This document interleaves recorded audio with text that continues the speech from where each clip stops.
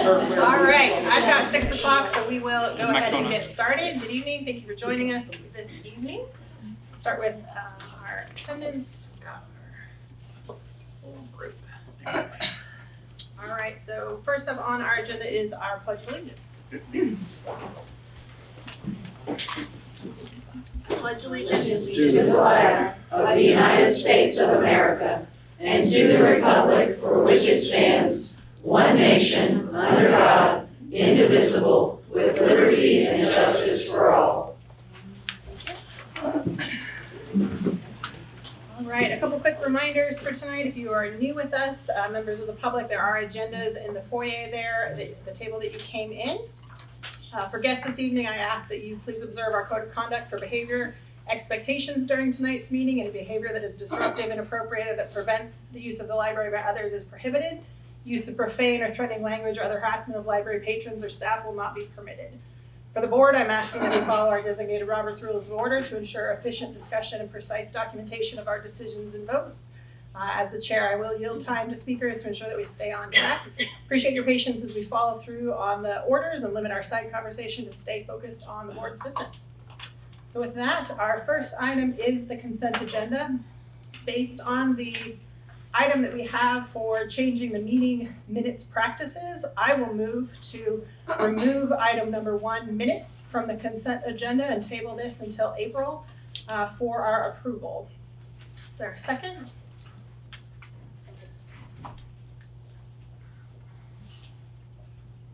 Who seconded? I did. Trustee Hernandez. Any discussion? Why? We have on the agenda tonight under new business, changing the meeting minutes practices. But these have already been written.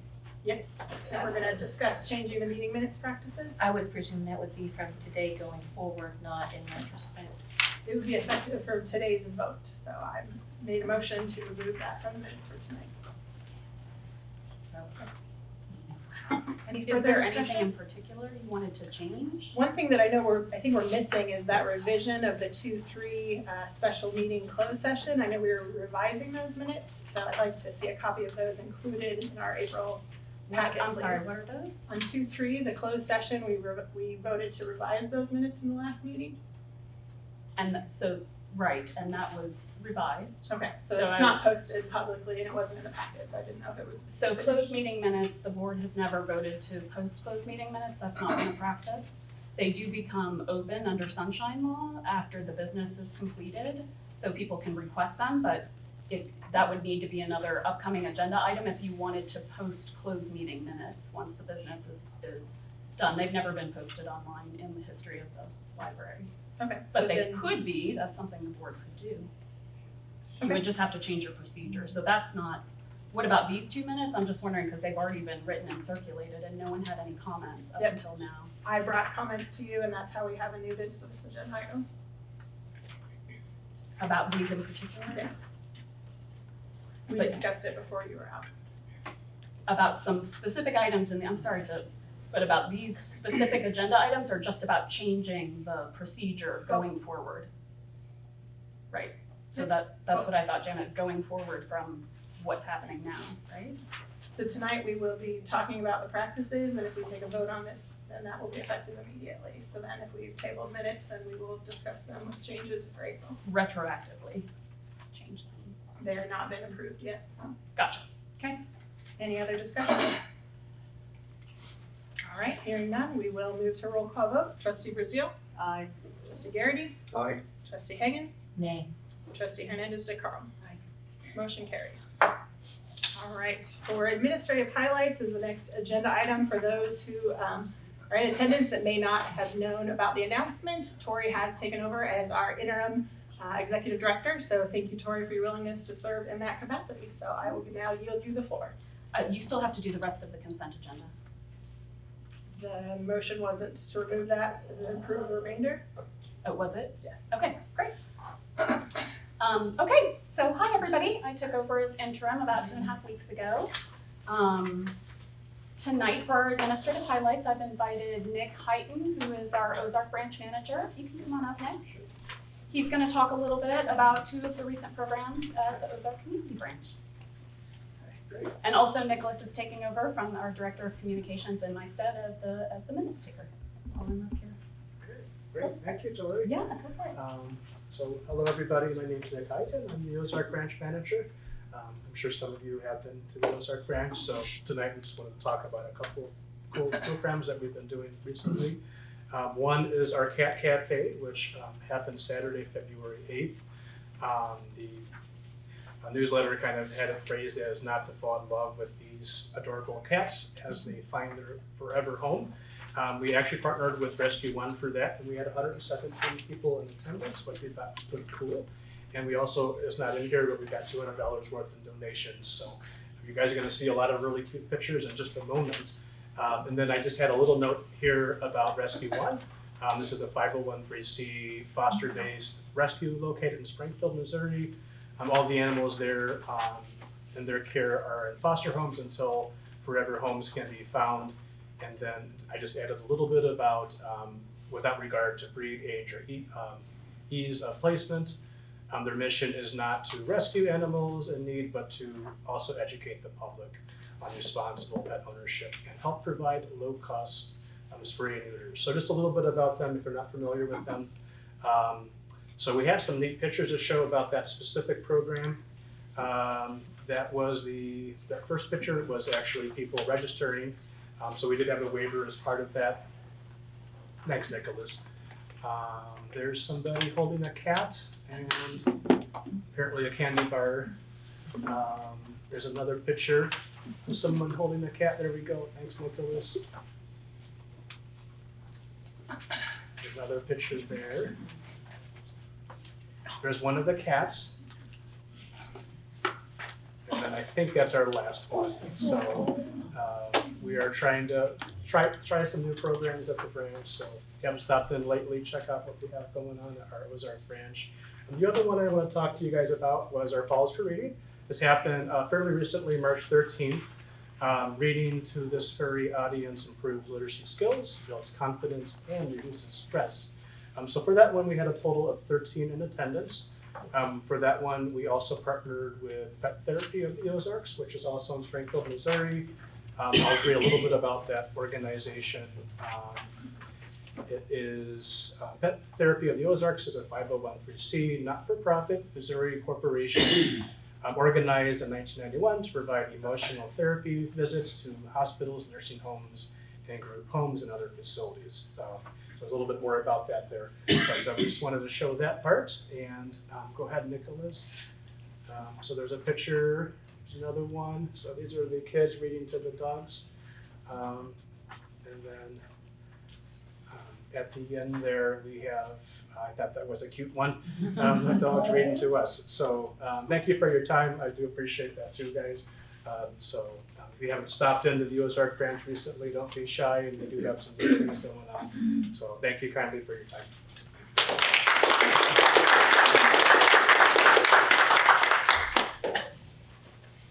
All right, with that on our agenda, that moves us into public comments. We do have 60 minutes set aside for the public comment. I want to thank members of the public here tonight to seek to address the board and their engagement in this process. If you've signed up to speak tonight and would like to provide a handout to the board, I'd ask that you come forward at this time to provide those materials. As a reminder, each speaker has 3 minutes. Nicholas will be helping us to track that on the board so that you know where you're at in your time. I will call the speaker who is up and the name of the person who is next to come prepared and be able to move through the speakers as efficiently as possible. Thank you for those. Thank you.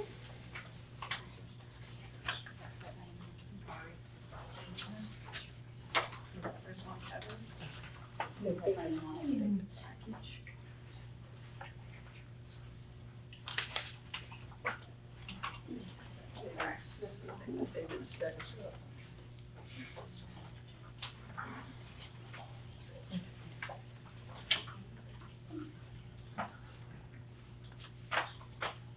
All right, so our first speaker this evening is Rebecca Miller.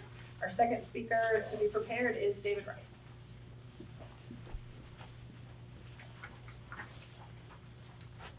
My name is Rebecca Miller, live in Nixa. I know you are searching for a new library director. I also know that there are those who disagree with your job description. Their complaint is that a master's degree in library science is only preferred and not a requirement for the job. They are trying their best to make this their hill to die on in a battle to smear the good names of well-intentioned, sincere people of this board. A careful reading of this job description would reveal a high emphasis placed on having professional management talents and abilities. In fact, it reads like a CEO, and that is exactly what we want for our new director, who is in fact would be our CEO. The following are some tasks that you ask of our new director. Rapidly diagnose complex challenges and engineer innovative solutions that drive organizational effectiveness. Articulate compelling strategic narratives that inspire, influence, and align diverse stakeholders toward shared organizational goals, and this is critical. Launch innovatives to improve services and expand the user base, plus collaborate with local organizations and schools to promote literacy and learning. Improving literacy is a noble objective. Spearhead comprehensive community needs assessments, soliciting diverse stakeholder input to shape strategic priorities and maximize organizational impact. This has not been done recently and is sorely needed.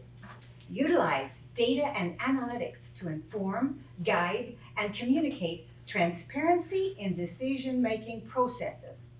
Prepare and manage library district's $4 million budget in coordination with the Board of Trustees. This is taxpayer money, and the mindset of a CEO is needed to do this well. In addition, you ask that they have 10 years management supervisor experience with 5-year minimum in library administration preferred. This is an outstanding list of qualities, and I would feel very comfortable with the new director who possesses the above qualifications in addition to the many others listed on the job description. You have done a stellar job, and so please don't fall victim to the voices of those who disagree.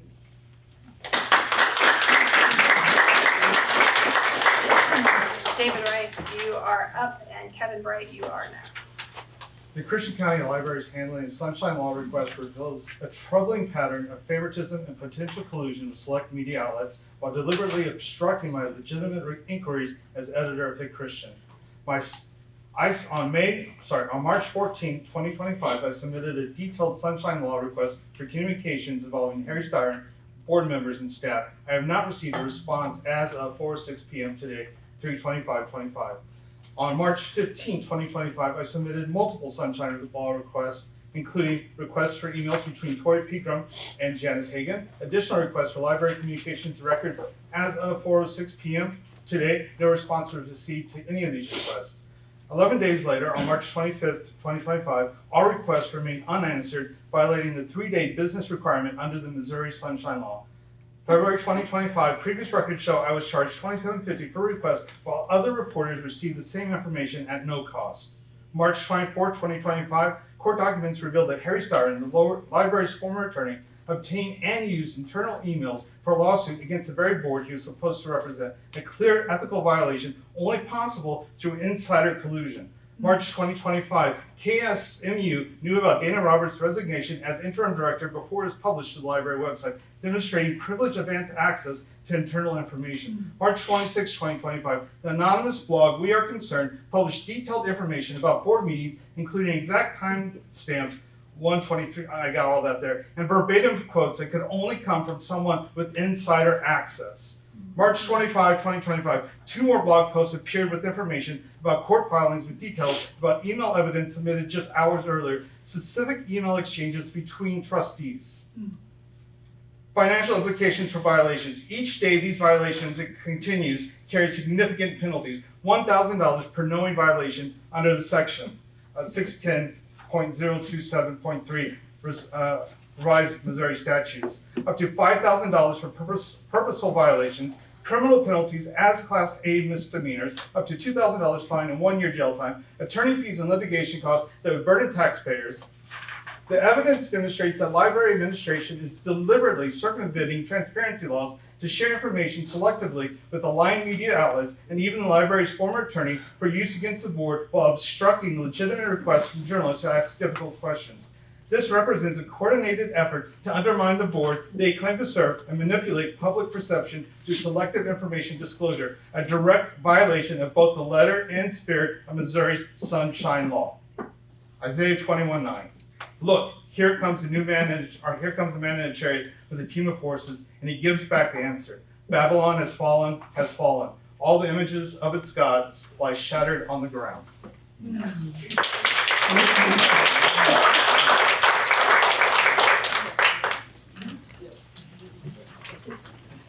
Kevin, you're up, and Alina, you are next. Okay. We're still here. We still got a lot of the same conflicts going on. Just kind of going back to what we really started. What caused all this is simply stated, age inappropriate, sexually explicit material was discovered in the Youth and Children Department in our Christian County libraries. As citizens, we reacted by informing the library staff and the library board. The board and the staff chose to ignore the public. They proclaimed that nothing could be done. They proclaimed the board members refused to discuss the concerns. They offered no compromise. The board was hostile, condescending, and even aggressive, along with the staff of the library in some instances. The board, let's just simply put, we were ignored and treated as if we had no standing and no say in our public funded library. Time has passed. The mission of our county library is being revisited. We have a very generous budget and the ability to have an excellent library to serve the needs of all the citizens in our county. No one's been excluded. There's been a resistance to the changes taking place. All of our citizens are speaking. All of our citizens are being heard. The needs of all of our citizens are being considered. A minority that had unfortunately opposed providing services for others has now lost their positions of privilege. They need to accept the fact that they've lost control and stop wasting time and resources trying to make everyone accept their bigoted and biased worldview. There's not been any books burned. There's not been any books banned. This is a simple matter of minority that attempted to use all the resources provided by our diverse county to promote their own narrow worldview. They had an opportunity to be polite and to participate. Instead, they resisted, they became hostile. Name-calling, lawsuits, propaganda, and unprofessional behavior are not productive. I would recommend that you just let it go, just stop, and you're not the majority now. You're welcome to be a part of the conversation. You must realize that the communication must be civil, factual, rational, and professional. Our children are watching us. They see what we do. They see how we act. My prayer is that when they look at us and when they're adults, they will remember us as loving, caring examples, not a generation of selfish, wailing, self-serving bigots and tyrants. You're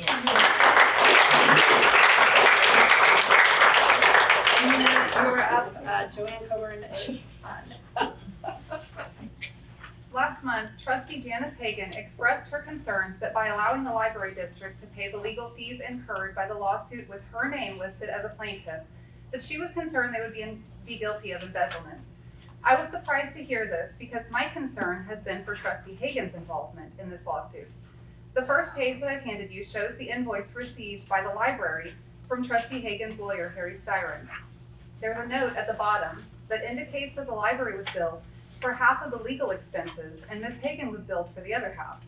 The invoice shows legal work beginning September 20th, 2024, 4 days before the September board meeting, where the Board of Trustees would have had the opportunity to discuss and vote on whether they would hire the lawyer to sue themselves for an alleged sunshine violation. Instead, you will see that on page 2, Ms. Hagan signed her name to the lawsuit as a plaintiff the day before the next board meeting, legally engaging the library in a lawsuit in which there was no vote from the Board of Trustees.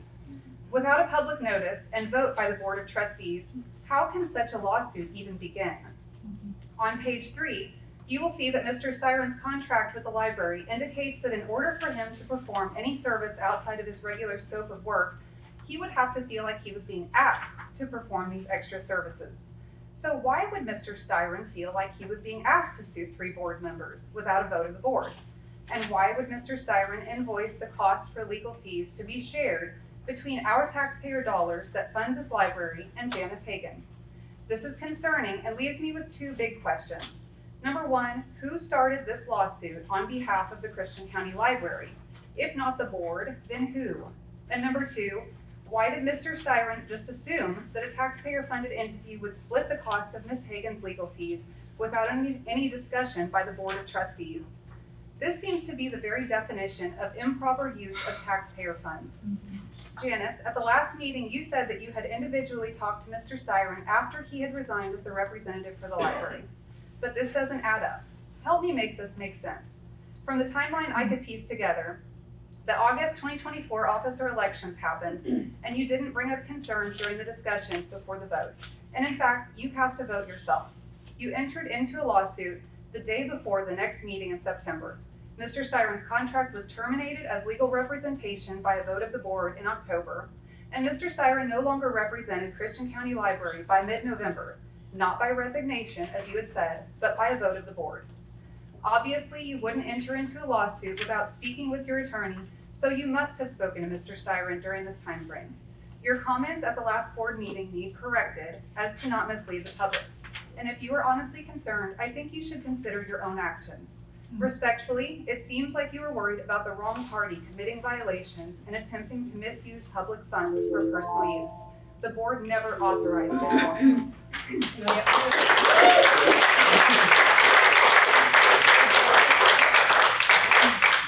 Joanne, you have to speak. Elizabeth Dudash-Buzzcraft, you're up next. My name is Jeannie Coburn. I live in Nixa. First of all, I'd like to say that whoever said those qualifications for a librarian, those are all wonderful, or library director, those are all wonderful. I think those are great. I know many librarians that would fill that need, that are already practicing as librarians. When I was in 6th grade, my mother was elected to our local school board.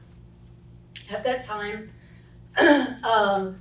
she took her job very seriously. She was a homemaker and a farm wife. She helped run the farm business. When she was elected, she was handed a copy of Robert's Rules of Order, because everyone that is elected to the school board got a copy of Robert's Rules of Order. She was expected to read that book cover to cover. She did so twice, I know for a fact, because I remember seeing her read it. My mother was a voracious reader, but she did take her job seriously. She was on the school board for approximately 9 years. 6 of those, she was the president of the school board. She followed the Robert's Rules of Order. I have seen multiple times over the course of several months that this board is not doing an adequate job of following the Robert's Rules of Order.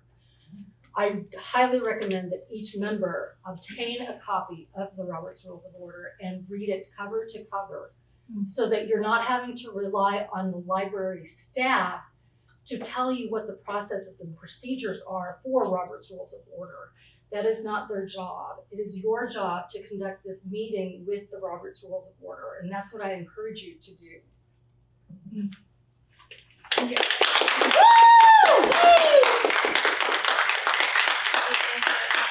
One minute, you're up next.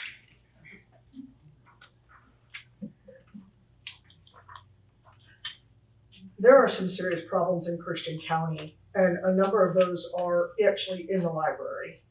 It appears from the outside and not from the inside, as I don't have any insight here, but it appears from the outside. I'm sorry, is that funny? Yeah.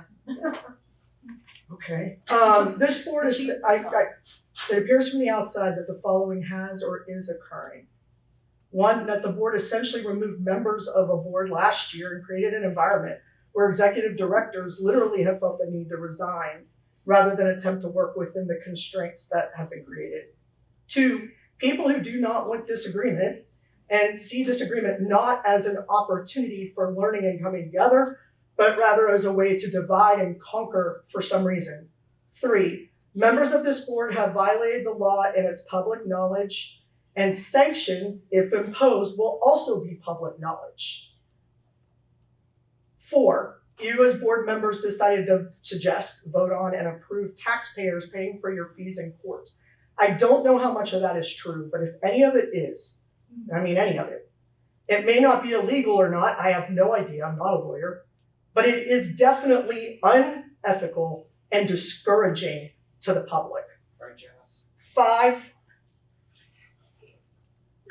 wow.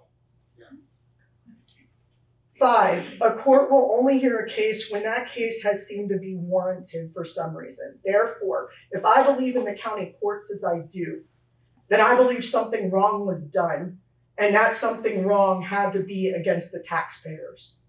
6, if it is true that you want somebody with library experience as preferred, I've got great news. There are several people who have applied for this job who meet that criteria. To say that we do not want or need a librarian to run the library is not just counterintuitive, it seems irresponsible to the citizens of this county. This is a library funded by taxpayers, paid for by dollars from taxpayers. And when I come here to a library board meeting, aside from not getting the same respect of not laughing or saying anything during somebody else's speech, I also get prayed on, prayed for, and preached to about things that are supposed to be in my family and my home, not in my library. And the last time I was here, I got damned to hell. So I guess that's acceptable to you all too.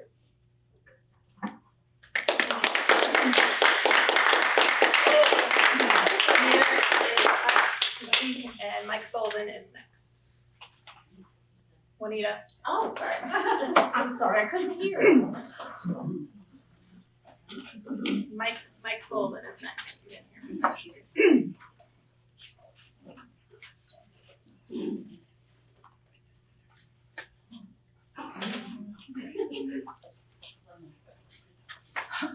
Sorry.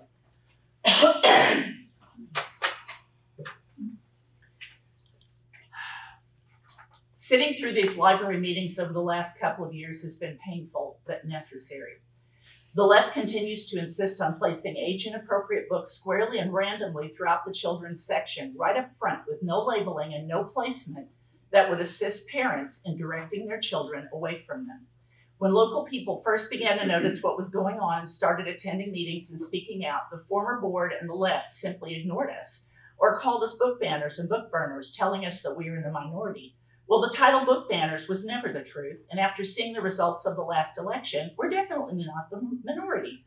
The local news media used to reliably report things like this going on in the community and county, but over the last few years has become increasingly corrupt. Unfortunately, the biased reporting of local media has not been helpful in getting the real story out about what's going on at the library.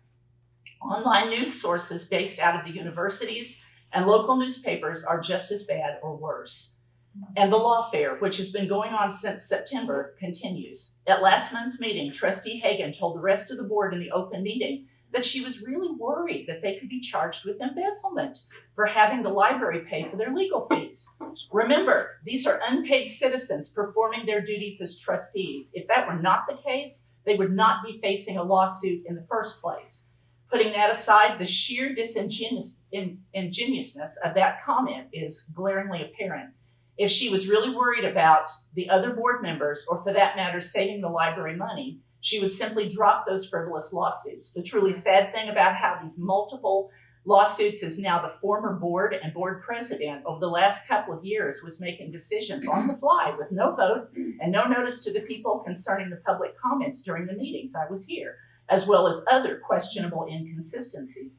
And no one threatened lawsuits then. So what's the difference? The difference is that the board is now a conservative majority. For that reason, her statement to them rings flat, staged, and hypocritical. Her repeated statements that she is upset because the library had to spend money on the new lawyer, that rings hollow and insincere too, since her lawsuits have caused the need for not one, but 4 lawyers now, since the library's lawyer had to recuse himself. That is absolute absurdity. My final thought is this: the lawfare that you are seeing uses loopholes, language traps, and technicalities to subvert the will of the people. It's the last weapon that's available to unethical people and lawyers who know that they don't have the support of the majority of the public to win. In actuality, this is a spiritual battle, not even a legal or political problem. John, Echo, Mary, and Diana, Isaiah 54:17, I'm speaking it over you. No weapon formed against you will succeed, and you will refute any accusation raised against you in court. This is the heritage of the Lord's servants, and their vindication is from me. This is the Lord's declaration. Freedom of speech.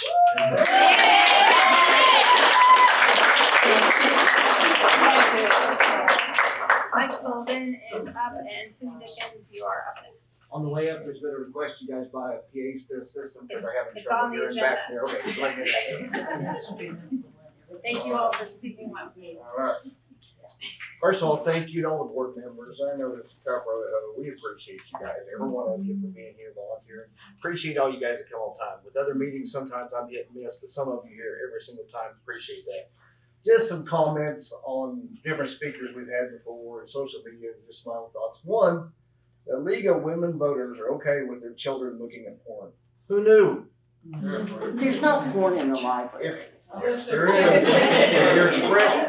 If you're expressing your concern on the library board on social media and you use the F-bomb in the opening 2 sentences, I don't care what your opinion is on anything, just let you know.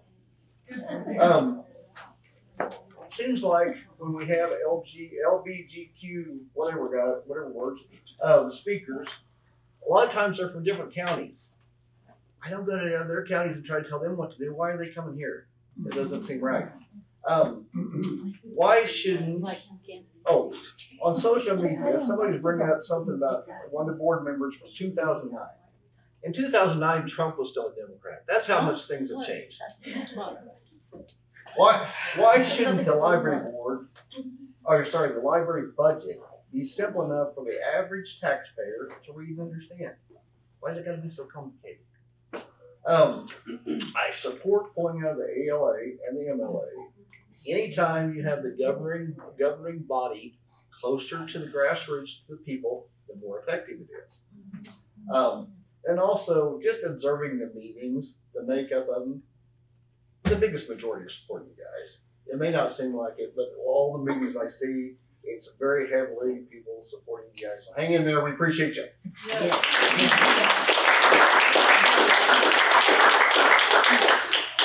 Cindy, you're up, and Gretchen, you are up next. Good evening. Thank you for allowing me the opportunity to speak. Sadly, this world is not the same world as the one that most of us in this room grew up in. Our lives were simple and not in a bad way. We went outside to play, came home. When the street lights came on, had phones that hung on our walls that everyone shared and could only make phone calls, rode our bikes, climbed trees, played in the mud, drank from the water hose. The list goes on and on. Me personally, I wish I lived in Mayberry with Andy, Obie, and Aunt Bee. We don't live in that world, and technology is what has changed this once simple life into something I don't even recognize. Don't get me wrong, technology has been a game changer in positive ways for things, but it has made this world ugly and hateful on a level that doesn't just make me angry, it makes me sad. People use technology to dig up dirt, they try to intimidate, they try to shame, they use it for all kinds of evil and nefarious reasons. To what end? I guess you could call me old school. I grew up in a time when grievances and dirty laundry were not aired in public on social media, in a text, or any other form of modern technology. We sat down, we talked, we worked it out, we often compromised, not a bad word. We tried to see the other side, and even if we didn't agree with it, that didn't mean we hated the other person or the other side. Life's not fair, something I used to say to my mom all the time, and I'm guessing most of you can tell me what my mom said in return. That's right. Life isn't fair, Cindy. It is a lesson I've carried with me my whole life. We don't always get what we want. We don't always get treated fairly. We don't see eye to eye. We don't always like a person, and that person doesn't always like us. On and on and on. Maybe you feel that what is going on in this library isn't fair. Perhaps you feel the changes that are happening are wrong. What puzzles me the most is how we've gotten to where we are. Let me ask the group that opposes the library board right now a very simple question. Have you ever tried to sit down over coffee and get to know any of these board members one-on-one? Ever? I would guess not. Over coffee? I doubt it. I asked you. I think it is safe to say you have not. Instead, you have resorted to bitter, angry, resentful, and just plain ugly in the way you have chosen to handle what life has dished out to you that you see as unfair. You dig up irrelevant things from their past. You say that they're not from here, so they don't know. You call them names. You call us names. You speak with utter hatred and contempt for them because you don't like. They are not like you. They don't believe like you. They don't have the same vision as you. That's ironic. Change is rarely a pill that is easy to swallow, but it is often necessary. Change can be positive or negative. It's up to each of us as individuals.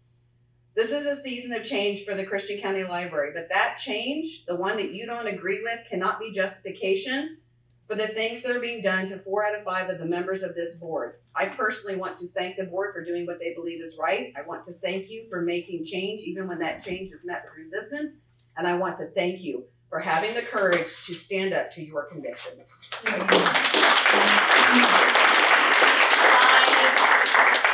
Gretchen, you're up, and Tamara, you are our last speaker. Good evening. I'd like to talk about violations of the Sunshine Law by library staff. Over the last 2 years, I've made several requests for information that fall under the Sunshine Law.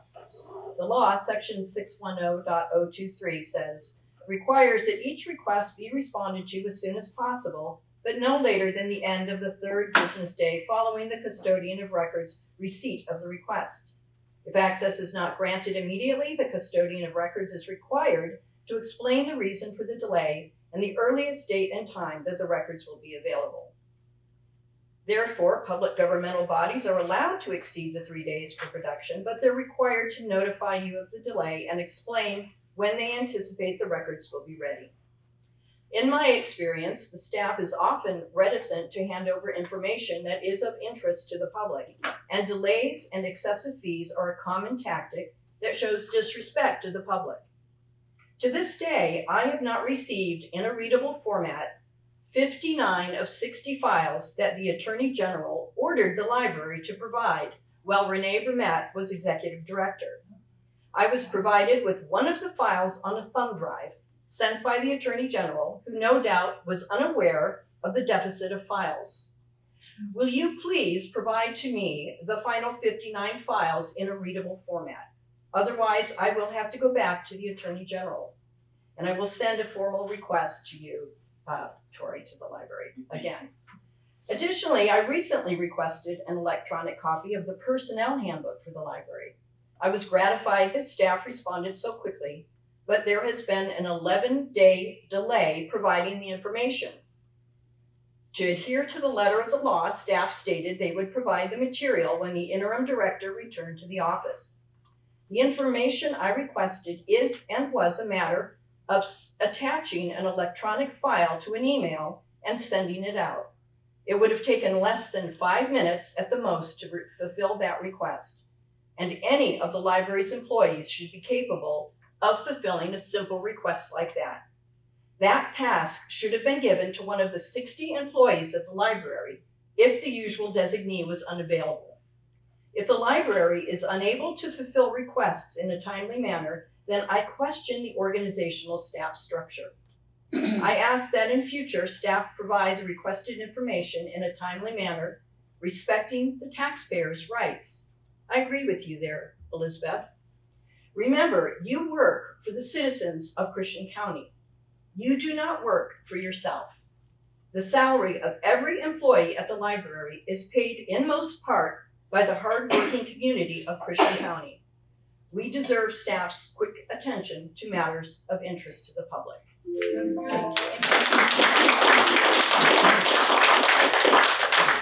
Tamara, you're up next. You are our last speakers. I want to start by saying I've just heard several lies on this side, and who was the person that stood up here and said none of us asked that you? None of us asked for one-on-one? Just go on with the public comment. So I did after the last session walk up to Mary and ask that. You did not ask for a one-on-one. I asked You wanted me to sit down with a group of people in this county that feel disenfranchised. Maybe 1 to 3 of us, I said. And I let you know that I'm not at liberty to have town hall meetings and large meetings like that. I said 1 to 3 of us, one and a couple of my friends that are people of color in the community. So I have asked for that type of meeting, and Mary told me that she wasn't allowed. So how many people are you allowed to sit down with? I mean, I'll be more than happy to sit one-on-one with people, but I'm not gonna sit down and have a good discussion. I mean, something that we should probably discuss as a board is the possibility of having town hall meetings or other ways to solicit. And the reason I went to Mary is because I'm a Nixa resident and I have friends of color here. You had talked a lot about books for people of color at that meeting. And so that's why I brought that up. The other thing that I just wanted to mention that I kind of froze up last week, I was appalled at the way John spoke to some of the women up here at that time. And I am providing a resource for some anger management in case it's something you want to look into. Tamara, we're using Robert's rules, right? That's what we were asked to do, and that's what we were doing. And the way you spoke to her was using Robert's rules. She and was, doing yeah, she this. was interrupting the vote. She interrupted the vote. Yeah. You don't speak to somebody. That was not respectful whatsoever. It was appalling. Yeah, you're not my mom. But I won't sit quiet the next time that happens. That's abusive behavior, and not the way a member of the board should speak to employees of the fire. All this liars. It's what it is. No. So also, my next part is about the court documents that show that the trustees who have the suit against them have lied to the court. And in case you guys haven't read that, that's now available on the site of those concerned. It's not fake, and it will be played out in court. So dishonesty seems to be something that has happened multiple times, and you're part of it. And your supposed sunshine requests, etc., and the timelines, and that you being charged more than others. Yeah. So I do encourage everyone to follow along with the court case. It's all accessible on Missouri CaseNet, and find out the facts. And it's disturbing that the board members would lie to the court. So that's all I wanted to say.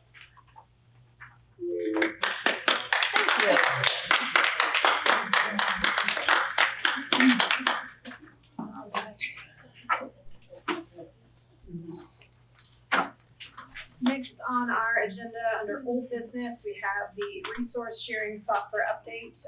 Trustee Hernandez de Carl had moved in February to request the interim director email the trustees with a clear timeline for when Mobius is expected to come back online. So, Tori, you have the floor if you have that update. Sure, I didn't, that was to Dana, so we didn't transfer that over, but the update is within the next week or so, we should begin testing. And hopefully, maybe even by the end of the month, we should have it up. So we will notify you as soon as it's up and running. If it's not by the next meeting, I'll let you know if there's further delays. So it's coming along, kind of later than we had wanted originally, but hopefully it will be ready soon.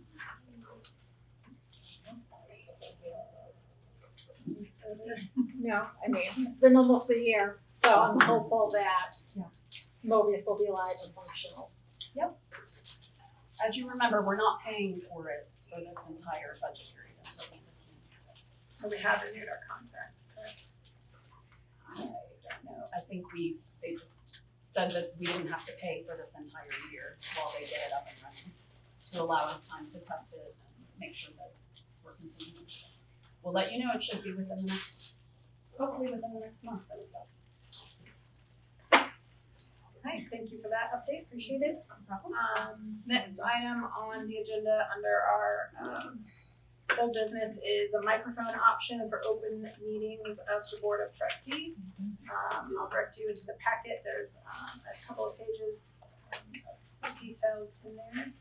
Tori, thank you for those. Do you want to speak on those options? Sure, yeah, this was something that kind of started a while back, but our IT and facilities director did some research and picked these three options. Because this was a request from the trustees, it was not in the approved budget originally, but the cost looks to be around $350 or so for each.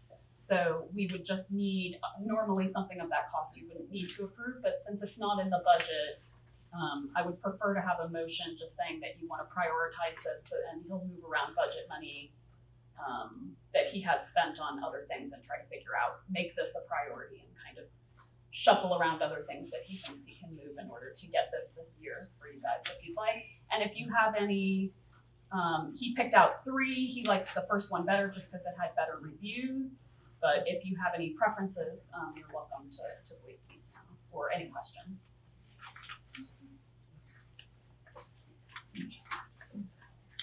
Is there any discussions or questions from the board on the options presented?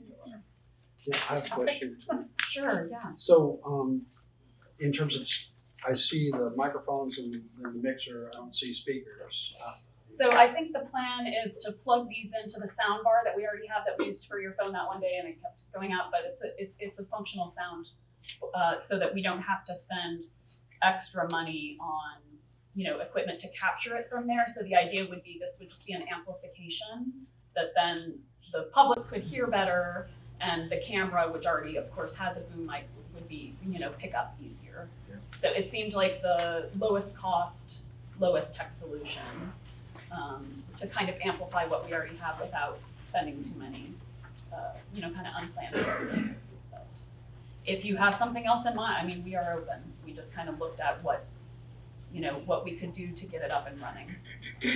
It will require slightly more staff time for setup, so we will probably have to pay a library staff person, an additional library staff person to come help set them up for the meetings. But because it just requires getting it into the soundbar, once it's set up, they probably won't need to stay for the entire time, like we might need if we actually had a whole kind of system, like a wired system of some sort.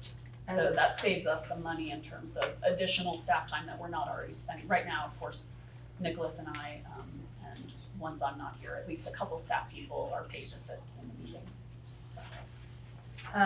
Looking at two of these, refer to their capacity for large conferences. I don't consider our meetings to be large conferences compared to a multi-100,000 capacity room. So I'm wondering if that is not overreaching a bit. They also happen to be the two most pricey. I would think within this room, to meet the needs of the public and the board, that I would say number 2 would be my choice. Well, I like that Tori said that the individual that did the research has a preference and they based their preference based on ratings. I asked him Because again I think before the that's meeting just to important. make sure. So just the ratings of how well the system functioned. But Janice is right in terms of cost savings. I mean, it's like $120 more. So, and again, this won't break his budget. He has a budget for the year, but he'll have to put off some other purchases that he had planned for the year in terms of facilities and IT equipment. So. I think I would probably go with the recommendation of the person who's got it operated. We are okay with any of these, but yes, whatever you guys want to do is fine.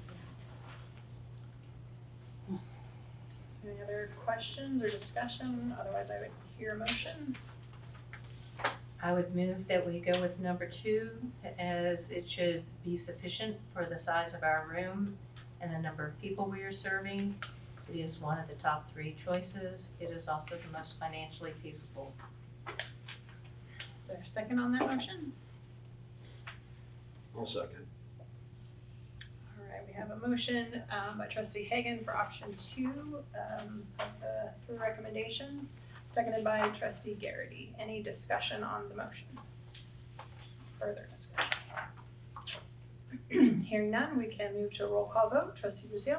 Aye. Trustee Garrity? Aye. Trustee Hagan? Aye. Trustee Hernandez de Croo? Nay, I like I'd like to go with the recommendation of the other guy, but I've been outvoted.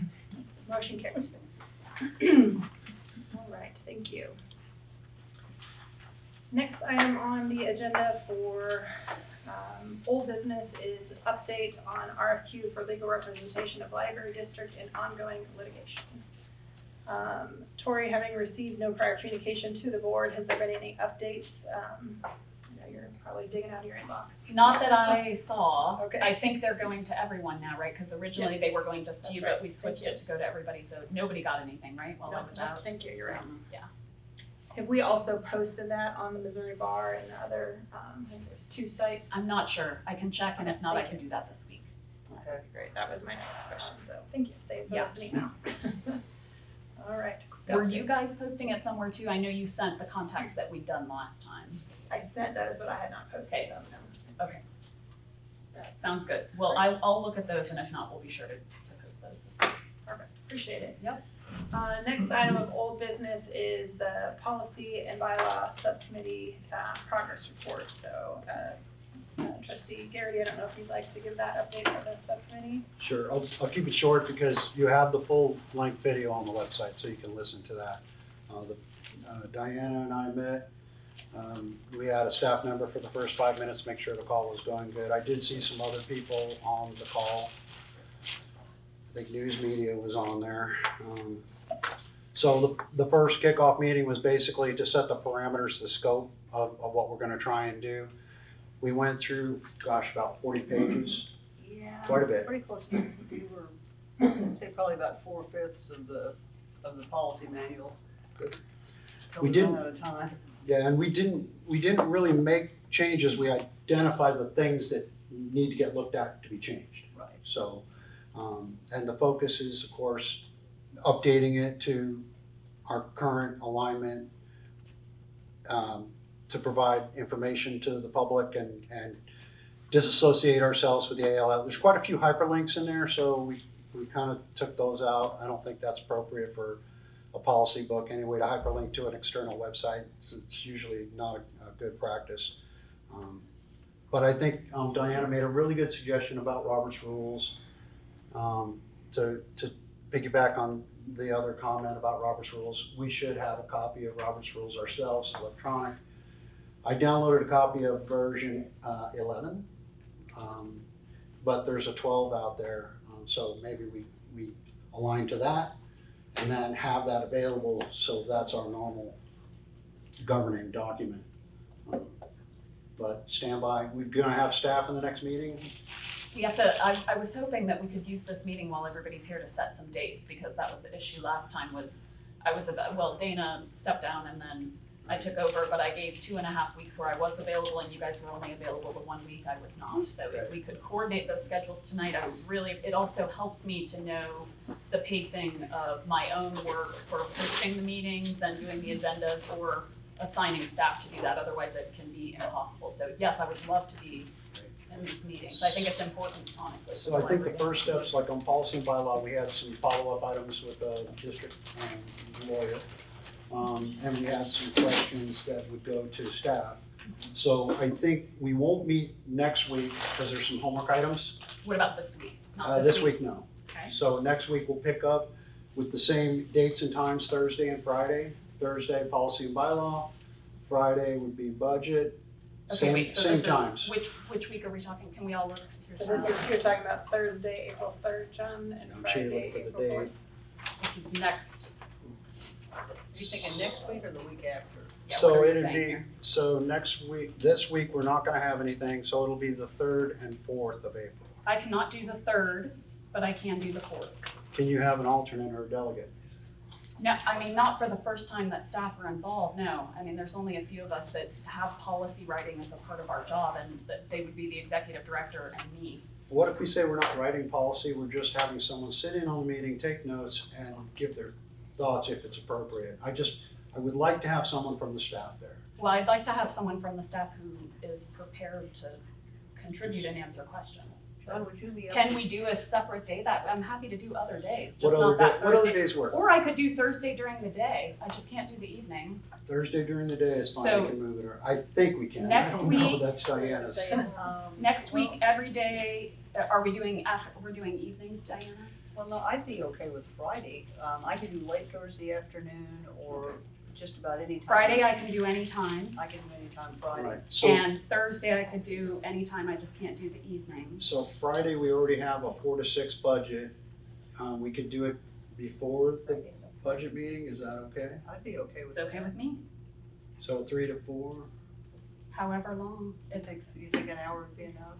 No. I would, Okay. yeah. I mean, it looked like that one was, I haven't watched the video yet, I will before you meet. Yeah, we went an hour and 40-some minutes before, and we really didn't dig in too deeply. Maybe 2 hours, if we can go to 2 to 4, does that work? It's okay with me, is it okay with you, Diana? That'd be fine with me. On Friday the 4th at 2 o'clock. 2 to 4, okay, for policy. And then are there any others before the next board meeting? Because we can go ahead and schedule those now too. No, well, after that, I would like to stick to the Thursday, Friday cadence. I mean, I cannot always do Thursdays and Fridays, but I can try. for most of them. Just let me know where there's conflicts. So, okay, well, we can do that now up until the next board meeting and then maybe revisit. Right. So the 10th and the 11th, I could do Thursday, Friday. So the Thursday is 4 to 6 also, is that what you're saying? Yeah, if you send out the meeting invites, if anybody has a problem with it, we'll communicate back with you. I think that's the best way to go, because Well, can we just look now so we can get it done? So Thursday, 4 to 6 on the 10th?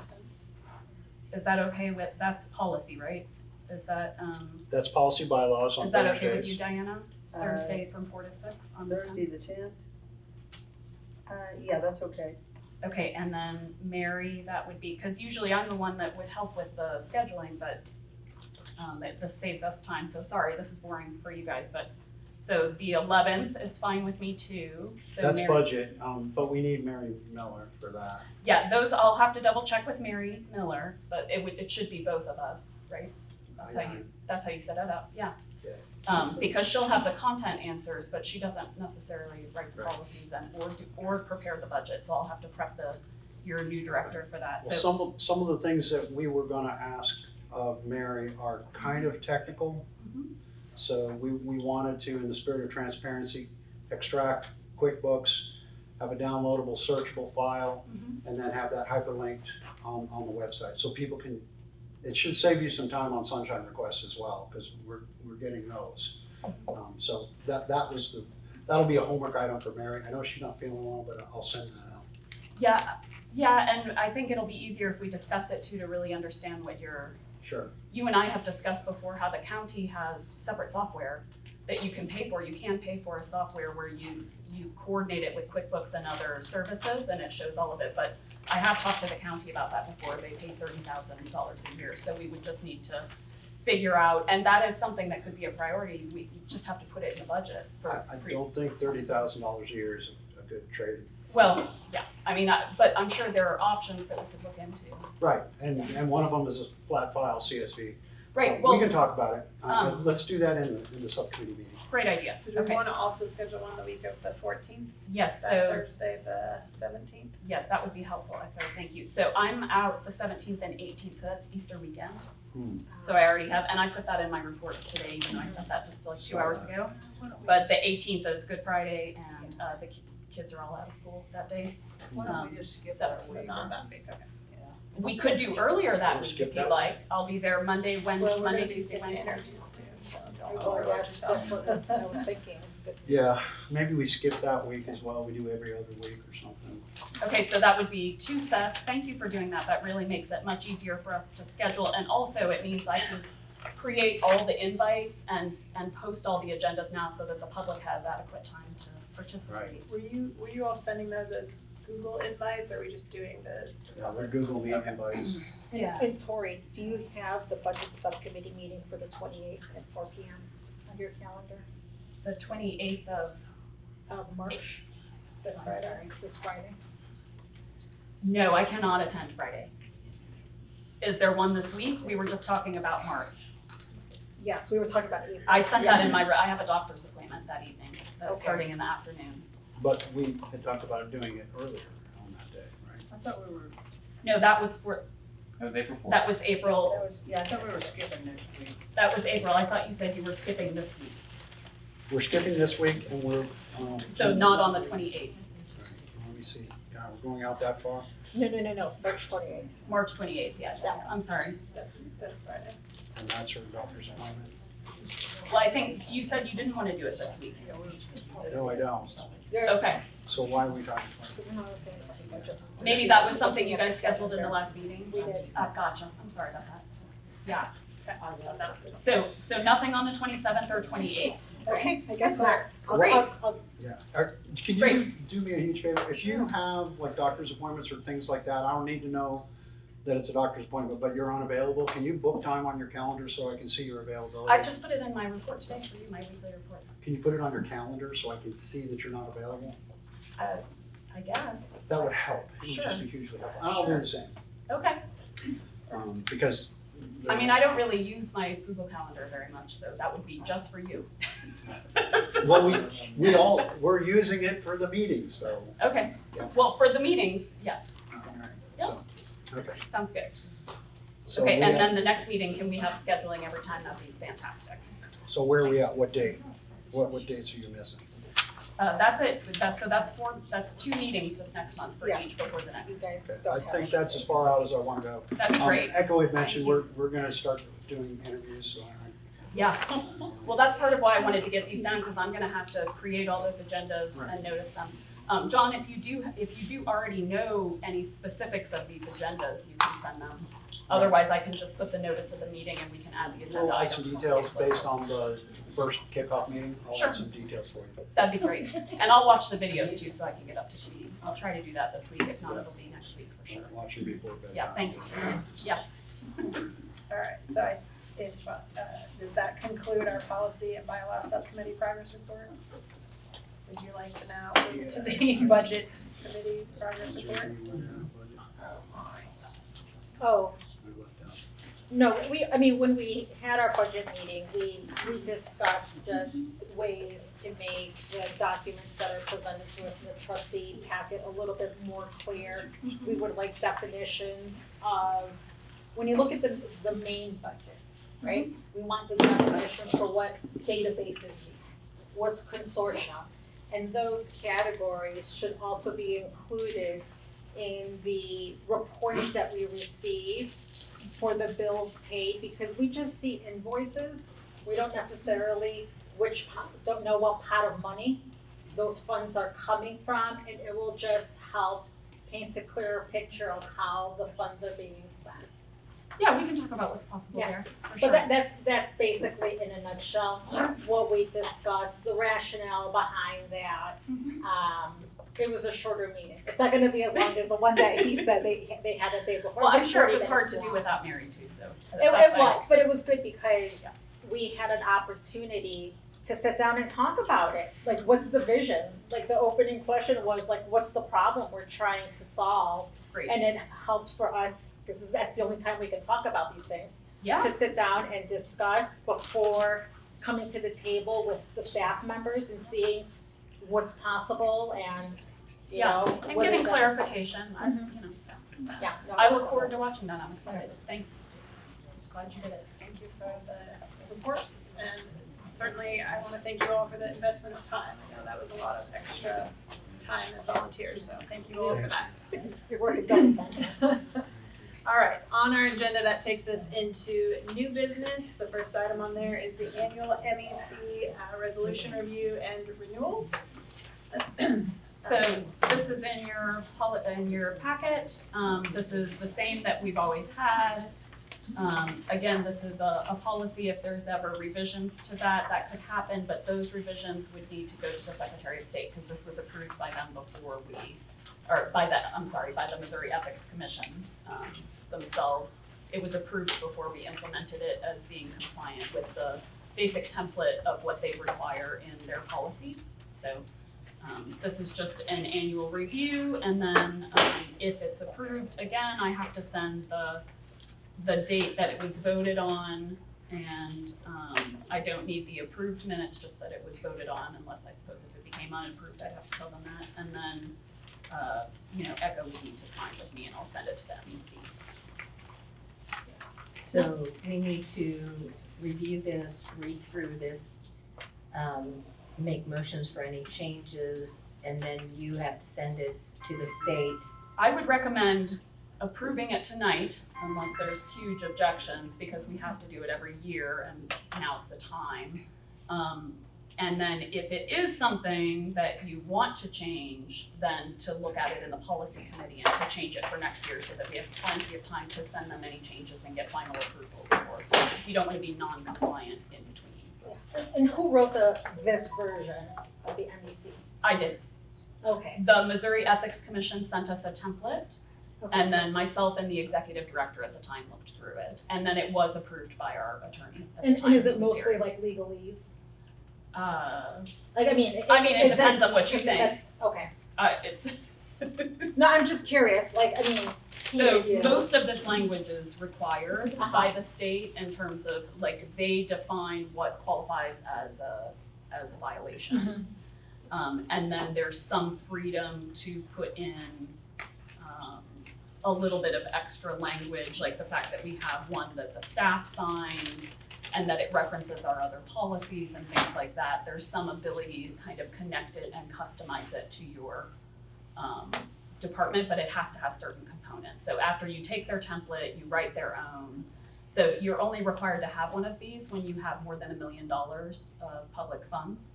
So the library was not required to have one until they passed the tax levy in 2017 and got that first batch of money in 2018. Now, do you have the template that was sent to you by? I don't. Is that something we could look, that we would be I able mean, to I see? might have it somewhere, or we could just ask again. So this- But I guess what I'm saying is, I recommend that you pass this now, and then if you want to look into revising it, because this is an annual, this is the time we do it, that if you don't like it for some reason, we could do that at the policy committee, in fact. Well, that's We why I do was that asking. kind of- I was asking Yes. for you guys. Yeah, that's what I If mean. you wanted to see the template and be like, Yeah. hey, like this is, we like, we don't like. Yep. I'd kind of like to see the template. Tori, is this significantly different from the one that was in previously in effect? This is exactly the same. The only thing that's different is the year. So this is the same one that we've had since we started the policy. Okay. Which is approximately 2017, 2018. It would be 2018. 2018. Okay, so which was when we were required by state law to And it might have been Put this 2019 that we actually put it into place, because it's not until you actually receive over $1 million. So it was voted in 2018, it would have been collected, or 2017, it would have been collected in 2018. It was like my very first year working here, that we had to work with the Missouri Ethics Commission to make one that they approved. Okay. This is basically this is pretty much, this one that we're looking at now is Ground zero. I have changed literally nothing except for at the very end, it says, updated March 2025, and I put, Tori Neco. right, and I put my name and Echo's name instead of last Okay. year it was Renee. So if we approve this tonight, to Yes. be in compliance with the Missouri Ethics Commission, Yes. we can, the policy committee can review it and suggest changes, and we can submit those changes this year to the Missouri Ethics Commission. Yeah, so you would approve this tonight, I scan it and send it in to the ethics people, who are waiting for it, because they know we're doing it this month, or that we usually do it this month. And then if there are things you would want to change, I think it's a great idea. I could get whatever the most recent template that they have is, and that's something the policy committee could look at to see where you can change it. I guess what I'm pointing out is, unlike some of our other policies, this has a special catch to it, sort of like the bylaws, that if you change it, you can't just make it say anything you want it to say. It has to at least have the core requirements that the state requires. So you could get the current template. We could vote on changes. It could be sent in this year and be effective. The one we do today would be effective all the way till next year. So we can't change it till next year? Correct.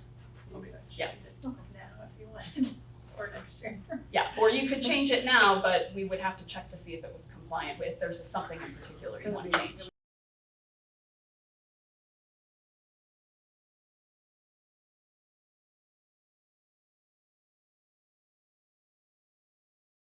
It'd be hard to do it on the fly. Yeah.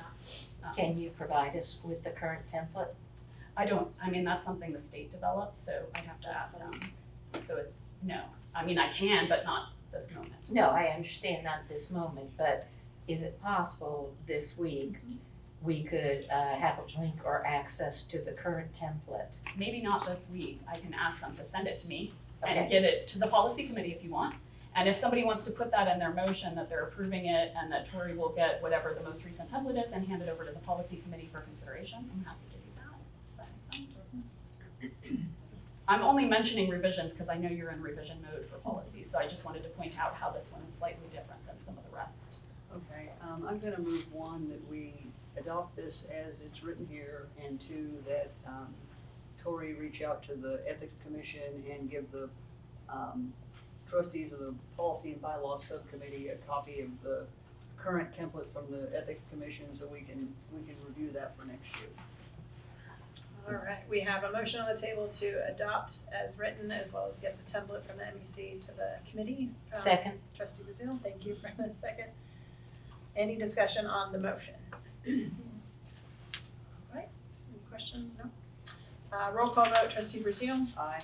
trustee Garrity, Aye. trustee Hagan. Aye. Trustee Hernandez de Caro. Okay, All right, great, motion done, guys. carries. I got it.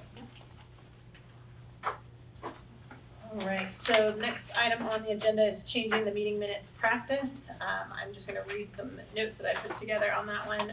I'll introduce the topic that we've been working on to ensure we accurately follow Robert's Rules of Order for our board meeting minutes. For some time, our minutes have recorded the votes from the business of the board and have contained varying levels of additional detail being added that are out of alignment with Robert's Rules of Order.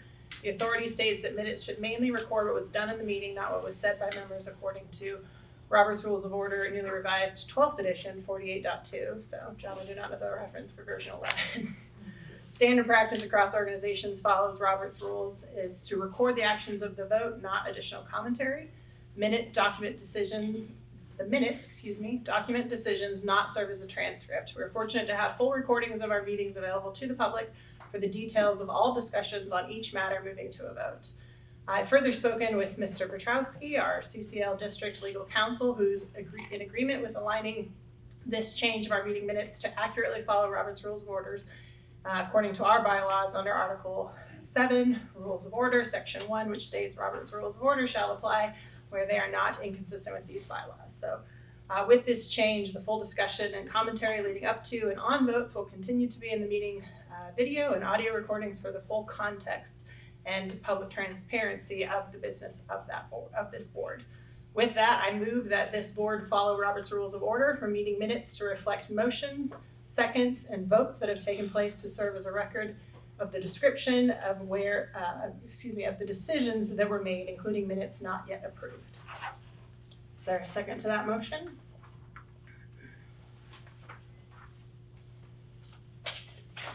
Okay, motion fails. No.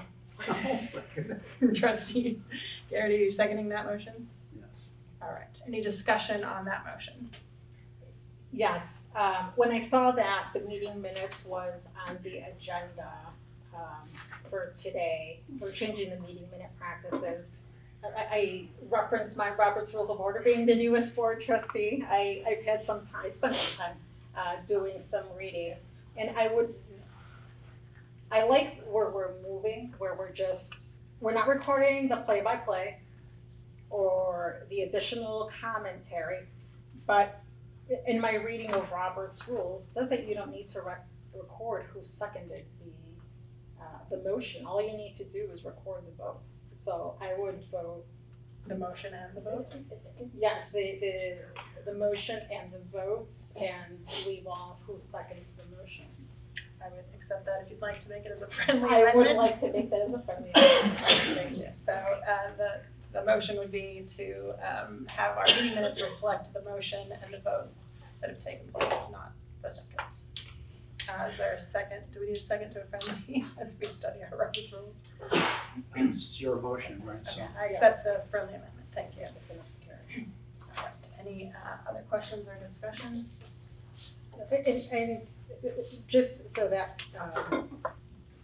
for the sake of transparency, you know, I wasn't able to give you feedback, Tori, because I was pretty busy and I didn't have a chance to go through the meeting minutes until earlier today.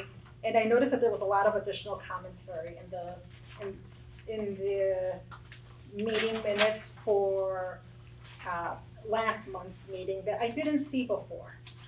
Before the votes were simply recorded, there was one instance where Janice did make a comment of she wanted a comment recorded in the record. But here, I don't recall her saying that last time, and there just seems to be a lot of parentheses next to her voting nay. So that's the rationale behind it. So Roberts does say that if a trustee, whether during a vote or during the course of the meeting, says that they would like something recorded for the record, you should record. Oh, and I understand that, but even if it's not a It problem. also says that if someone votes nay, they need to state the reason why. Actually, that's for abstaining. For abstaining, not nay. Okay, But my in that apologies. case, she said no, and I asked her if she wanted it recorded for the record. So that would be only for abstentions? Correct. Okay. That it's required, but any trustee at any time in the meeting can say they want something. Noted. Yeah. If I could just talk for a minute about how we got here, just so that people know it wasn't an intentional ignoring of Roberts. So of course, we've only had the meeting videos for a short period of time. That's something that's new. And previous boards, I think every board that I've ever been on, and like our board too, says that you follow Roberts if it's, outside the rules, but every board can kind of come up with their own culture. And it was from instructions from the board, so it wasn't ever my idea, that they wanted to have not a full play-by-play, I don't think we've ever quite done that, but some kind of distillation of the content. I very specifically remember Ken, who Paula was around when Ken was here, but saying around when we were purchasing and building the buildings, especially, and that was also through COVID when people weren't able to attend the meetings always, that he really was, in the interest of transparency, wanted some kind of light version of what was going on, including reasons that the trustees had for various votes, so that the public who couldn't be present would be able to follow along. So I mean, I know Echo has said the meeting videos are there, but it would be, I don't know. I mean, it's less information. It is closer to Robert's Rules of Order, but it is less information, but that, it certainly can be done. So that would mean, for example, like here where one of the agenda items is to introduce Mary in the last, for example, that would just say no action taken, is what it would say, instead of trustees, President Schneider welcomed Mary, that sort of thing, if that makes sense. So it's doable. Echo, can I point out that in the motion, it should probably say for any unapproved, so if you're trying to include the minutes that you took out. Yeah, I said including minutes not yet approved. Oh, I'm sorry, Would you rather I it missed say that part, I'm unapproved? sorry. Okay. Missed that part. All right, any other discussion on the motion and the friendly amendment? All right, hearing none, I will move to roll call vote. Trustee Brazil? Aye. Trustee Garrity? Aye. Trustee Hagan? Aye. Trustee Hernandez de Croo? Aye. Motion carries. Thank you. All right, so the next item of our new business is the press release process. So I did request this topic to be added to tonight's agenda. The recent changes of our interim director highlighted some opportunities in our standard public communications with potential within the process of standardizing the communication of important library happenings. It is important that our communication strategy follow a standard and is improved messaging is proactive to internal leadership as well as external stakeholders.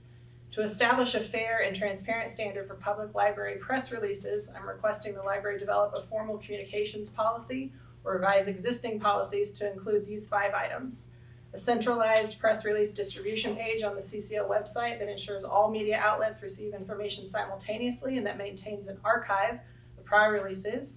An approval workflow that ensures the executive director or interim executive director reviews all press releases before distribution.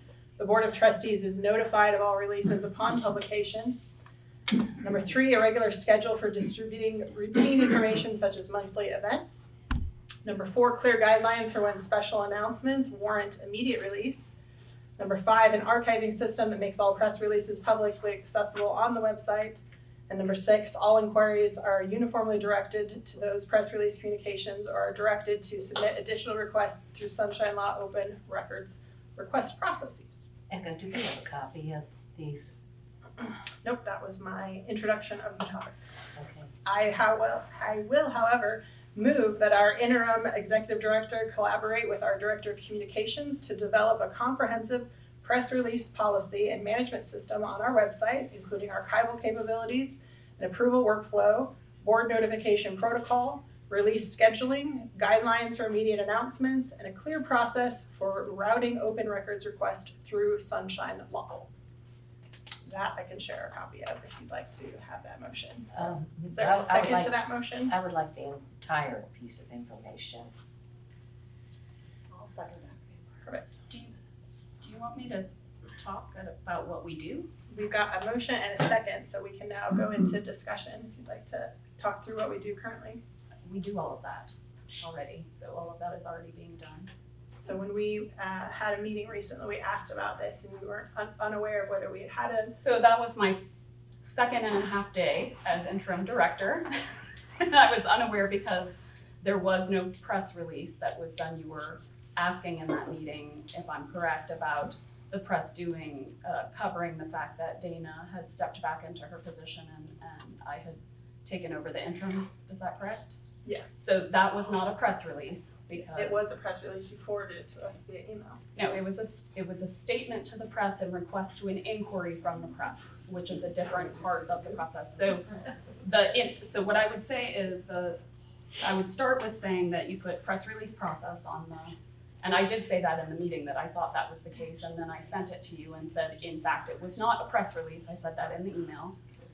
It was not a press release. It was a statement to the press in response to an inquiry. So press releases, which is the agenda item here, right, is just one of the many communications tools that we have to disseminate information and notify the public about and promote our library services. And we actually use press releases quite rarely, only when there's a significant change in the day-to-day kind of operations of the library, and usually after the fact. So the last time we did a press release was when Renee resigned. The last time before that, because that is after she resigned, so that we could give the public information about what would become a very significant change, and also notify them about the kickoff of the search for an interim director. And that is on the website, on the blog, and it is permanently there. It's not taken down. And, I don't know if we notified the board, that would be the only part that we could let you know. But we can add that to the process. It certainly has never been a requirement because you see it in the, you see it in the newspapers and things like that. So that press statement is a separate process. Oh, but before that, the last time that we did a press release was when we opened Sparta. So we only do press releases very, very rarely.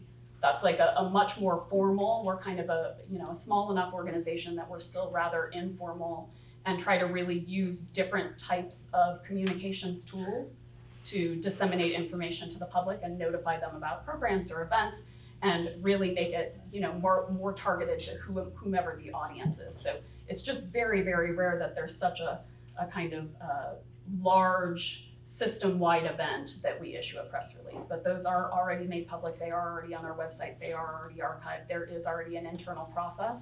It does already involve approval of, now what I did not know at that meeting, because I was not the interim director when it was decided, it happened right in between. So, but it was decided by Dana when she decided to step down with her communications director at the time, that her leaving and me taking over as a second interim director was not a significant enough change in the day-to-day operations. And it also did not affect the ongoing search for a director. So there was no need to do a wide press release because we weren't going to tell the public something is really different. Dana's leaving, Tori's going. We are basically both the same thing. We are placeholders until a new interim director is hired. So because of that, Dana and her communications director decided not to issue a press release. And we had not intended to issue a press release or speak to the press until, as I told you in the meeting, when I changed the name on the static website from me to Dana the next morning, on Wednesday morning. I changed it like 9, 10 o'clock, something like that, and you noticed it was not on the social media site or the web version, the mobile version, but it was on the website. Within a few hours, by noon, we got 2 requests from the public who was looking at that, from KSMU and from the newsleader, almost back to back, where they said, hey, we noticed that the name of the interim director has changed. Do you have a statement about that? So that was this kind of in-between period where I had been the director for all of 3 hours, interim director for all of 3 hours.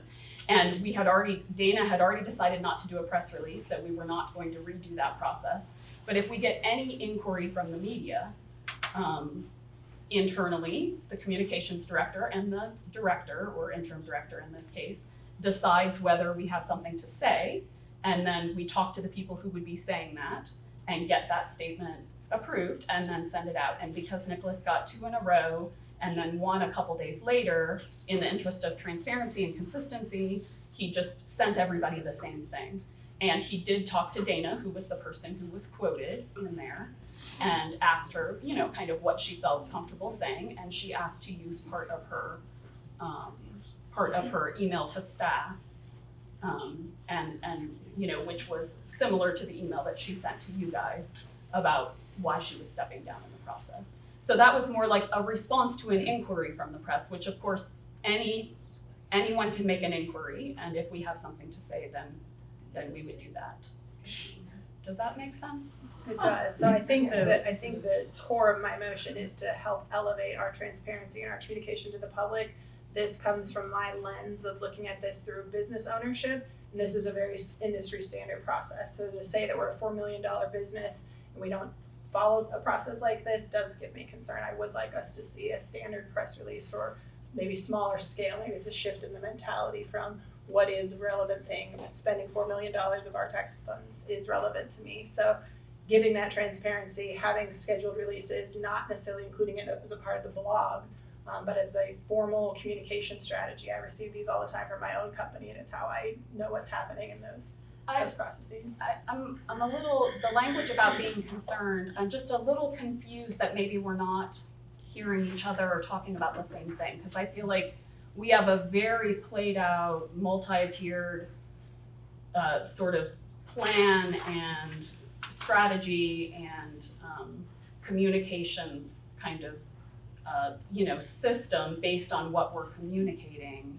So you're just saying you want everything to also have a press release? Because we only do press releases for certain types of information, is my point. Well, I think it would be helpful to have a list of what those noteworthy events are. Okay, well, like I said, anything that is a significant change in the day-to-day operations, and that is something right now that's decided by the executive director and the communications director. I mean, again, I think we can start routinely sending those to the board if it's a press release, but again, the last press release would have been Renee. So. And what year did Sparta open? Sparta opened in 2021. So we've had two in those years? Yeah, we don't do press release is not a tool that we use very often because it is a sweep and we haven't had that many significant changes in the operation of the library. We have plenty of other communications tools that are not press releases.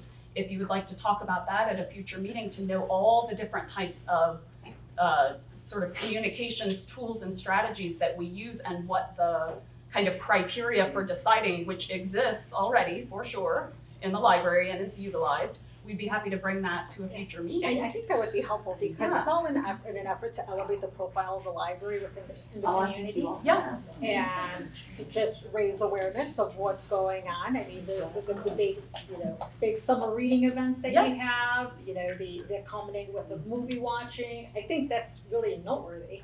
So we don't, but that is a regular operation. So we do definitely tell people about that, but we use other communications tools like social media, like press statements, like events calendars, like maybe events notices, tons of other things. So if you would like me to work with Nicholas and come to a future meeting with like kind of an overview of how we decide which uses which strategy, because it's a very carefully calibrated, targeted sort of strategy that he has as, as a person who's been doing this for his whole career and kind of helping to decide. And there are moments for decision, which is why, Nicholas went to Dana and said, do you think we need a press release? Here's the criteria for when we usually do a press release. And talking through the fact that this would not change anything in the day-to-day operations, it made more sense not to, it wasn't something that we felt like the public needed to know about. But of course, there is a strategy of communication for everyone that if anyone asks us something and we do have something that we can say to help that, then we will put out a press statement, if that makes sense. Yeah. I think, I don't know about you guys, but I'd love to learn more about that. You talked about internal policies. We're going through policy and bylaw revisions. If you have something that you would share with us that would go into the policy revisions, that would be hugely helpful. Because to us, it's a black box. So that is not really exactly, so the board would set a policy about how we function. So for example, Echo, and what I heard you saying is that you would like the board to be notified about press releases, right? I would like there to be press releases, step one, and then they'll be Okay, well, approved. there are in certain circumstances, so maybe you want to talk to a director about changing the criteria of what qualifies as a Okay, but I mean, I kind of agree with Mary. I think it would help you to hear what those criteria are before you change it, because you're telling us to change criteria that you don't even know for other categories of communication. Do you see what I'm saying? I do, which is why in my statement, I am open to revision of existing policy, so I'm open to tabling this entire topic. So there's but no this is- policy about press releases. That would be an internal communications procedure, right? There could come a policy where, like, if you wanted to have something that every time a communication is given out that the board gets a copy of that, that might be impractical depending on which types of tools we're talking about, but certainly for a press release, it can be done, because we've only done 3 in like 3 years or I something. think we're ready to call the previous question. I think we have enough information. We have a motion, right? We do have a motion on. I'm just saying, if you pass this is already, I would say we have implemented this. That's what I would say. I have concern. Except for the board. I would like to read what you've written it, though. I think a lot of it is viable. But I also wonder if this is something that we need to include in the executive director search and to refine with the executive director to be, and review with policies. As I said, I would be open to tabling this and using our April agenda for review of the internal communications procedure, if we believe that that covers some or all of this. I know it doesn't cover all of it because I would like to see more press releases. So if that is the most appropriate next step, I would be open to tabling this until April. And letting us have copies of. These are my comments, so. Yeah, okay. Oh, I'd like comments. I'm not submitting this to the public record, it is in the recording. But okay, well, how can we make any decisions about it if we don't know what the thoughts are in your head and it isn't down on paper for us? So we can. You covered quite a lot. Yeah, very we can quickly. review in our April agenda. Tori, I would ask that you please add this as if internal communications procedure review is the appropriate agenda topic so that I don't misspeak and say the wrong words. So kind of communications, can I ask Nicholas if that makes the most sense? Would it be internal communications tools, procedures for, how would you word that so that she can get what she's looking for in that agenda item? So I think what you really want to know is how we do it. And I do agree with And how what we you do said it at much the more frequently. Yeah, so part of that is your semantics. That press release has a specific definition, and we only send press releases out to a set list of contacts. And that contacts list is massive. That includes community, chambers of commerce, it includes the state reps. So not every event that we do merits sending that. We send out media alerts, which is I think what you're talking about every event that we do. Summer reading, media alerts. Those are to a specific group of contacts. So that's a little bit that I can explain if you want the whole picture. But I do agree that knowing what we do first is going to help. Some of the things that you said are pretty good. The sunshine law kind of feels to the side that I don't know if that's a media alert press release. I don't think that has anything to do You've with seen that. in our review of the sunshine laws, I think Diana had the copy of what we were looking at last time. There's a lot of those are from the media, so I think I'd like to understand when are we doing media alerts, when are we doing statements to the press, when are we doing press releases, and For when are sure. we doing And sunshine we from can use the that for a media. full year. So there's I four can- ways the media is I getting can information. give you that, but when it came to you wanted the sunshine law stuff, I think you might want to flesh out really what that means. Yeah, I think I'm trying to understand when the media would get one of those 4 things, or when the media would sunshine the library. I see. So Say one more time for me. we've seen, I don't know if you saw the spreadsheet, we have a spreadsheet of the sunshine requests. Quite a number of those are from members of the media. Uh-huh. So I'm trying to understand when would the media proactively receive communications from the library in a press release, in a statement to the press, or in a media alert?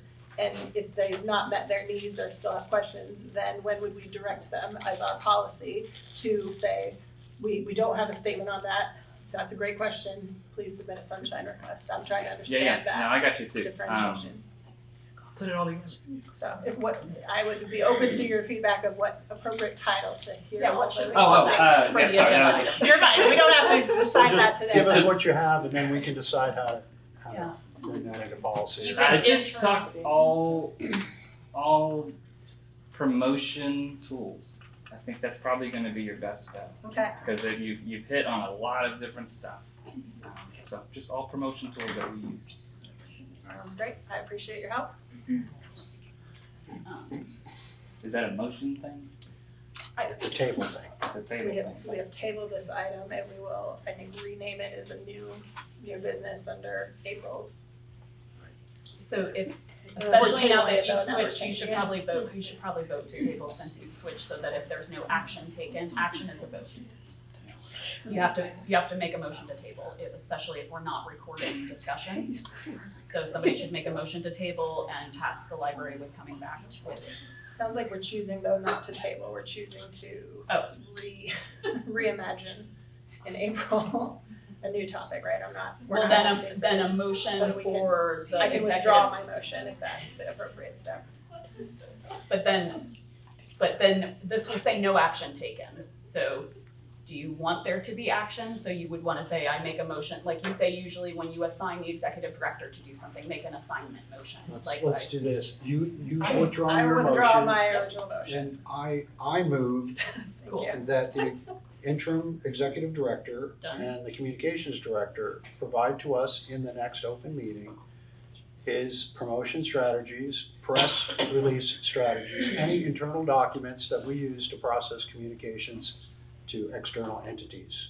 Does that work? I love it. That's good. Love it. Perfect, thank you, trustee Garrity. Is there a second on that motion? Second. Thank you. We're gonna get this. All right, any discussion on trustee Garrity's new motion for our April agenda? All right, hearing none, I will take a roll call vote. Trustee Brazil? Aye. Trustee Garrity? Aye. Trustee Hagan? Aye. Trustee Hernandez-Zacar? Aye. All right, thank you, team. Motion carries. All right, that brings us on our agenda to the executive director interview process and timeline. I will yield the floor to trustee Garrity. I know that you're working with Mr. Petrowski on our tools and processes. So, go team, we got 30 candidates? 33. I think 33. 33, I'll have to go back into the folder. And we have a tool to evaluate them in first pass.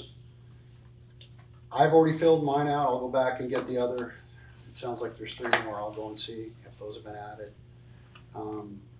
We should then, each one of us, use the tool, and I think I would make a motion, I move, that we supply to Tori our top 10 with the point score.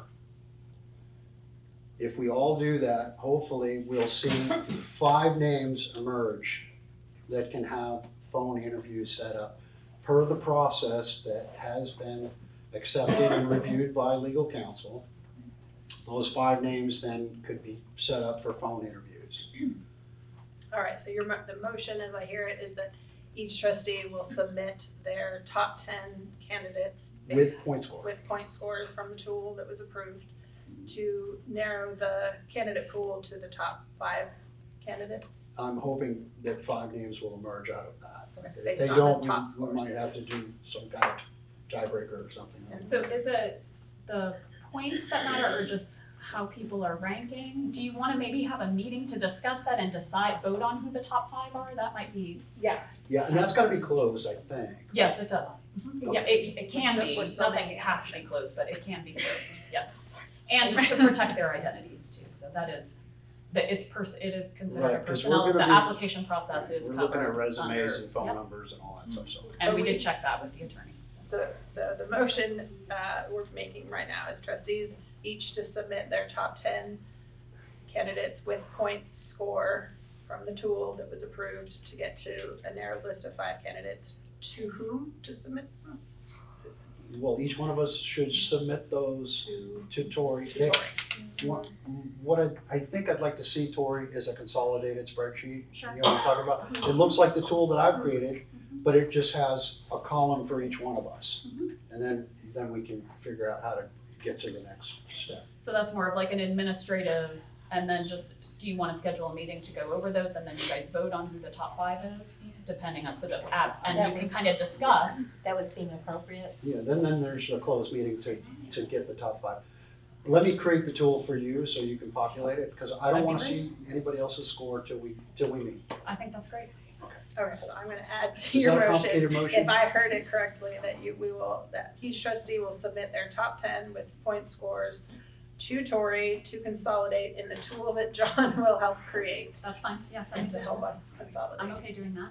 The score. And then we'll have a closed meeting to review and finalize top 5 for phone interview. Because that way, because people might give their points slightly differently, or that way you can kind of talk through and hear from each other.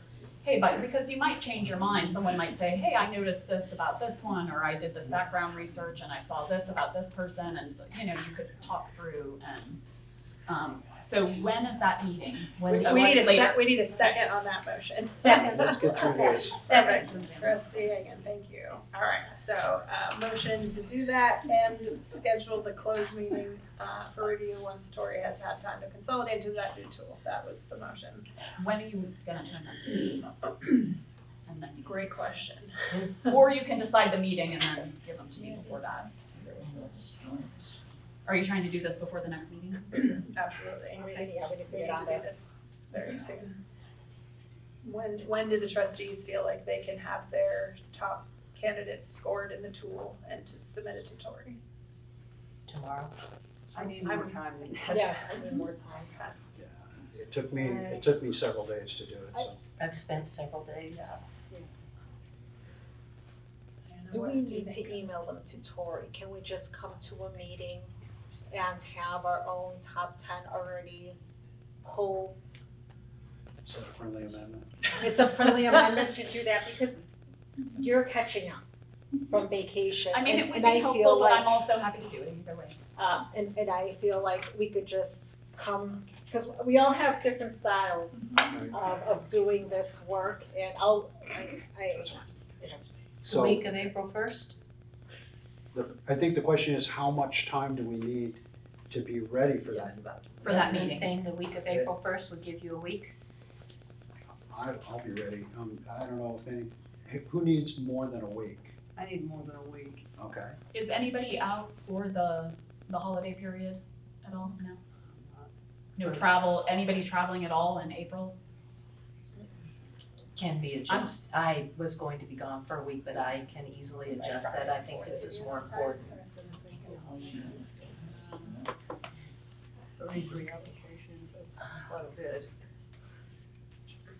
I'd rather go out to the next week if it's okay. Okay, so do we have a day? So the 10th and the 11th are subcommittee meetings, but I Monday, can do, Tuesday, Wednesday. I can do any of those days, Monday, Tuesday. Are we Wednesday. talking about meeting date, or are we talking about when the trustees will finish their review? Meeting date. I think what John was saying is those could be basically the same. Or, I mean, I'm sorry, what Mary was saying is that I've accepted her friendly amendment. We're gonna bring our scores to the meeting. Okay. You don't have any work. yeah, that's fine. There we go, love that, okay. I could do Wednesday the 9th. What time? And just to remind you, you committed to one on the 10th too, right? Yeah. From 4 to 6. I'm just What time reminding on you. the 9th? I mean, I can do the 9th. I'm open. What time on the 9th? I'd say late afternoon. Maybe 4 o'clock, would that work for everybody? 4 would work for me. I would probably arrive slightly late, but would not wanna not schedule it for that, I would be en Do you want route us to and do arrive. 4:30? Would that make it easier for you? Yeah, we could do that, I won't push this into the evening too much for the rest of you. So 4:30 on the 9th, In person, right? In In person person. annex? in person. Please. Closed. Now, Tori would still need the larger graph to tally. Yeah, if you wanna send me that while you guys are talking even, I can write it down just so that and make copies and pass them around or something. If you want that. That we would still have Tori tally a line for each of us so that we can see where we agree and where we disagree. Like during the meeting, I can To do have that. a place to move I'll from. create a tool. If you want to, I Yeah, don't, you that's fine. certainly don't have to, yeah. If you use the template that I provided, Yeah. you'll be able to copy the columns and paste them right I'm in. happy to do that too, John, if you want me to do it. I It's really, nice. that was very helpful for me, John. I'm a fan of spreadsheets, so I'm not scared of them, I like them. All right, I'll send you the tool and we can fill it on the day of. Okay. Okay. So is April there a 9th at motion that you just- 4:30. There is still a motion that the trustees. We're trying to pick, we've already got a friendly amendment and a motion. Should we pass that before we pick a date? I think we've got a motion on the floor. The motion was originally to submit the top 10 with point scores to get to the 5 candidates and then schedule a meeting. And so we've taken off the scheduling meeting part. I understand that So correctly. should we pass that motion before we pick a date? We have Well, and you We're don't not wanna submitting submit the scores. things anymore, right? So I would just scrap your motion and start Go again. again? Let them start again. Start again. Okay. Trustee Garrett, would you like to All right, restate your motion? Right. You wanna meet on the I 9th? move that we have a first round board executive director meeting, closed meeting on the 9th. Directors should be prepared to bring their top candidates with scores on that date. Second. Board members. Board members. Trustees. Trustees, yep. And I'll be prepared to help you organize them. If you wanna do a tool, you send it to me, otherwise I'll just do it, I'll make it and we'll do it in the meeting. Right. All right, Trustee Hagan, did I hear you second? Yes, Thank please. you. All right, thank you all for your cooperation. So, Trustee Garrity's new motion, Trustee Hagan's second, is there discussion on the revised new motion? The only thing I would ask is whether you want me to invite Mary as our HR person to come along. That's up to you guys. Obviously, the director is usually there, but we don't have to have her. But if you would like her input, you could, or you could do that for the interviews too, to invite her to come, just because usually either the executive director or the HR director are in final interviews, just to be able to give feedback to this is a different circumstance, obviously, because you guys are hiring someone who will be our boss, right? But just, if you want that expertise, I'm not pushing really anyway. I just wanted to ask and mention, so it's up to you. We have enough time, I think, to think a little bit more. I don't think we need her. Okay. For this, Okay, for for the first round. Yeah. All right, any other discussion on the new motion? All right, hearing none, we will go to roll call vote. Trustee Brazil? Aye. Trustee Garrity? Aye. Trustee Hagan? Aye. Trustee Hernandez de Caro? All right, motion carries. So that brings us to the end of our agenda. So thank you everyone for your time this evening. I will call this meeting adjourned. 7:47. Kids, we can see 8 o'clock. Well done.